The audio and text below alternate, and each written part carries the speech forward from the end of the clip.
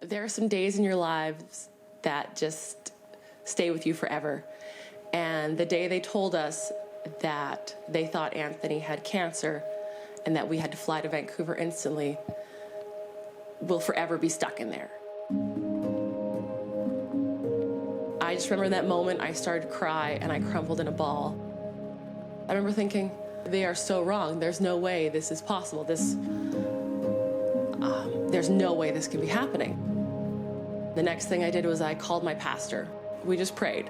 I grew up in a faith background. I just thought instantly it would be cured and gone and we wouldn't have to do any of it. But that's not the way it worked out, and that's okay, because God completely was with us every step of the way. Our journey was about 18 months. I knew that it was super important that I watch my words in that moment. The greater one lives on the inside of me. The same spirit that raised Christ from the dead dwells in me and dwells in Anthony. Healed, redeemed, restored, and blessed. Those 4 words I actually colored and wrote on pieces of paper. I had it written on a Post-it note under his pillow. The doctors would come and be like, oh, we think there's a problem with his kidney, and it might be forever. There was issues with his liver.